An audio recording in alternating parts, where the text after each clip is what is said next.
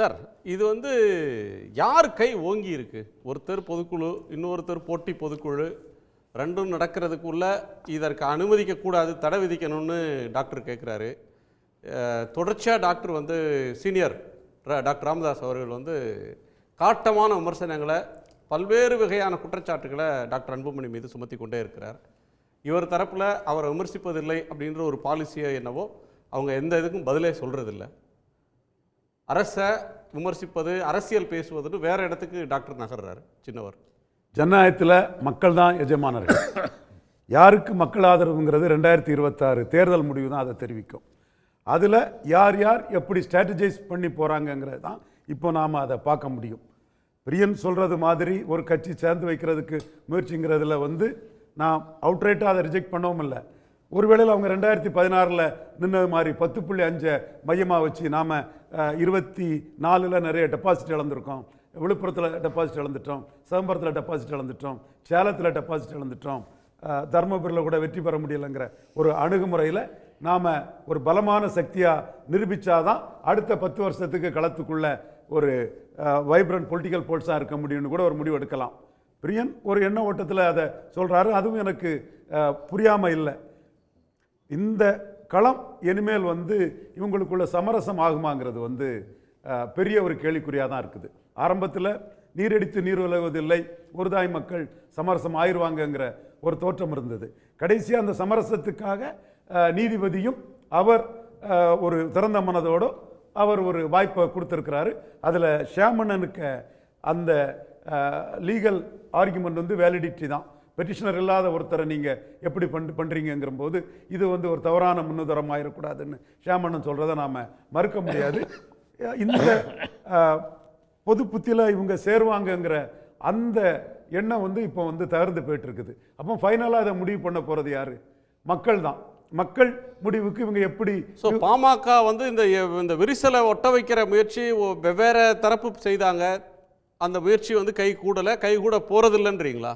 கைகூடுறதுக்குள்ள வாய்ப்புகள் மிக மிக குறைவுங்கிற லெவலில் தான் நான் இருக்கேன். அரசியல் ரீதியாக அதை யார் கை ஓங்கும்? பாமக அப்போ 5 எம்எல்ஏல 3 பேர் ஒரு பக்கம் இருக்கிறாங்க, 2 பேர் டாக்டர் ராமதாஸ் அவர்களும் இருக்காங்க, 3 பேர் டாக்டர் அன்புமணிட்டு இருக்கிறாங்க. இது மாவட்ட தலைவர்கள், மாவட்ட செயலாளர், நிர்வாகிகள்னு ஏற்கனவே இருந்தவங்க அன்புமணி அவர்கள் பக்கம் போயிட்டாங்க. அவங்களெல்லாம் நீக்கிட்டு அவர் புதுசாக பெரியவர், அவருடைய ஆதரவாளர்களை போட்டிருக்கிறாரு. இது இவங்களோட வன்னியர் சென்டிமெண்ட்டை யார் கரெக்டாக கொண்டு போகிறாங்கிறதும், இவர்களோட அரசியல் வீகமும், எந்த வீகத்துக்கு ஒரு பலமான அணி சப்போர்ட் பண்ணுறதுங்கிறதும், அல்லது இவங்க எப்படி அதை வீகத்தை அமைச்சு தங்களை நிலைநாட்ட போகிறாங்கங்கிறதை வச்சு தான் இவங்க 2 பேருடைய செல்வாக்கு, யாருக்கு எவ்வளவு செல்வாக்குங்கிறது முடிவுக்காகும்.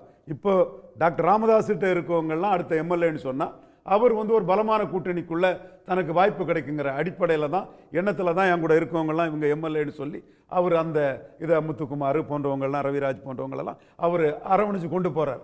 அதே வேளையில் அன்புமணி பொறுத்தவரையில் 2 ஆப்ஷனுக்கும் அவர் முன்னெடுக்கிறாரு. ஒன்று மாற்றம் முன்னேற்றம் அன்புமணி பாணியில், அதுக்கு ரிமோட் சான்ஸ் தான். அதையும் அவர் முன்னெடுத்து தான் 4 அமைச்சர் வேணுங்கிற லெவல்லையும் அவர் பேசுகிறாரு. அவர் களத்துக்குள்ளே போய் ஆளுங்கட்சிக்கு எதிரான விமர்சனங்களை செய்தாலும் அவங்களுக்குள்ள சென்டிமெண்டல் விஷயத்தை இன்னும் அவர் டச் பண்ணலை. குறிப்பாக அவங்களுக்குள்ள மற்ற சமூகங்களுக்கு இல்லாத வன்னியருக்குள்ள தனி ப்ரைடுன்னு பார்க்கப்படக்கூடிய 10.5ங்கிறத அவர் எம்பசிஸ் பண்ணலை.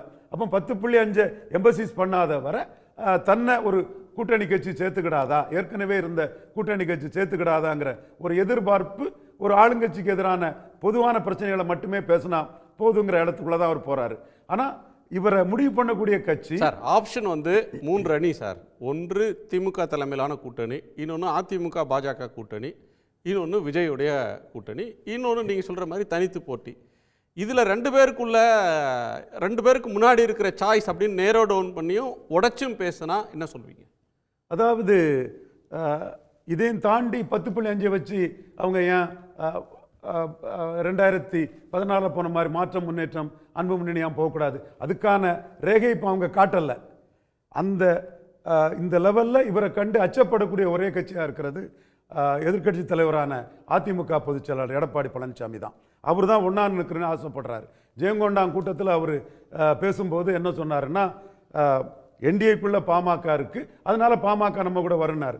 அவர் சொன்ன பாமக ராமதாசும் அன்புமணியும் ஒன்றிணைந்த பாமகவை தான் அவர் சொல்றாரு. பாமகன்னா மொத்தமாக தான் சொல்றாரு. அப்போ மிகப்பெரிய கைத்தட்டல் அங்கே கிடைக்குது. ஒன்று. ரெண்டாவது, அவர் கடலூரில் பேசும்போது என்ன சொல்றாருன்னா, வந்த கூட்டம் எம்ஜிஆர் ஜெயலலிதா ரெட்டாலன்னு சொல்லலை, 10.5 கூட்டம் ஆர்ப்பரிக்குது. இவர் என்ன சொல்றாரு, நான் தான் தந்தேன், நான் உங்களுக்கு தர்றேன்னு சொல்றாரு. இதே எடப்பாடி பழனிசாமி திருச்சியில் போகும்போது அது ஜாதிவாரி கணக்கெடுப்பு மோடி எடுத்த பிறகு அதுக்கு பிறகு தான் அந்த இடஒதுக்கீடெல்லாம் முடிவு பண்ண முடியும். அதை நீங்க சார் இன்னைக்கு தேதிக்கு 10% இடஒதுக்கீடு உள்ஒதுக்கீடு தர்றோம், எங்க கூட்டணி தரும் அப்படின்னு ஏடிஎம்கே பிஜேபி கூட்டணியோ அல்லது எந்த ஒரு கூட்டணியோ சொல்லிட்டு மக்களை சந்திக்க முடியாது. அப்படி சொன்னா வட தமிழ்நாட்டில் வெற்றி அப்படின்னு நினைச்சு சொல்லவும் வாய்ப்பு இருக்குல்ல.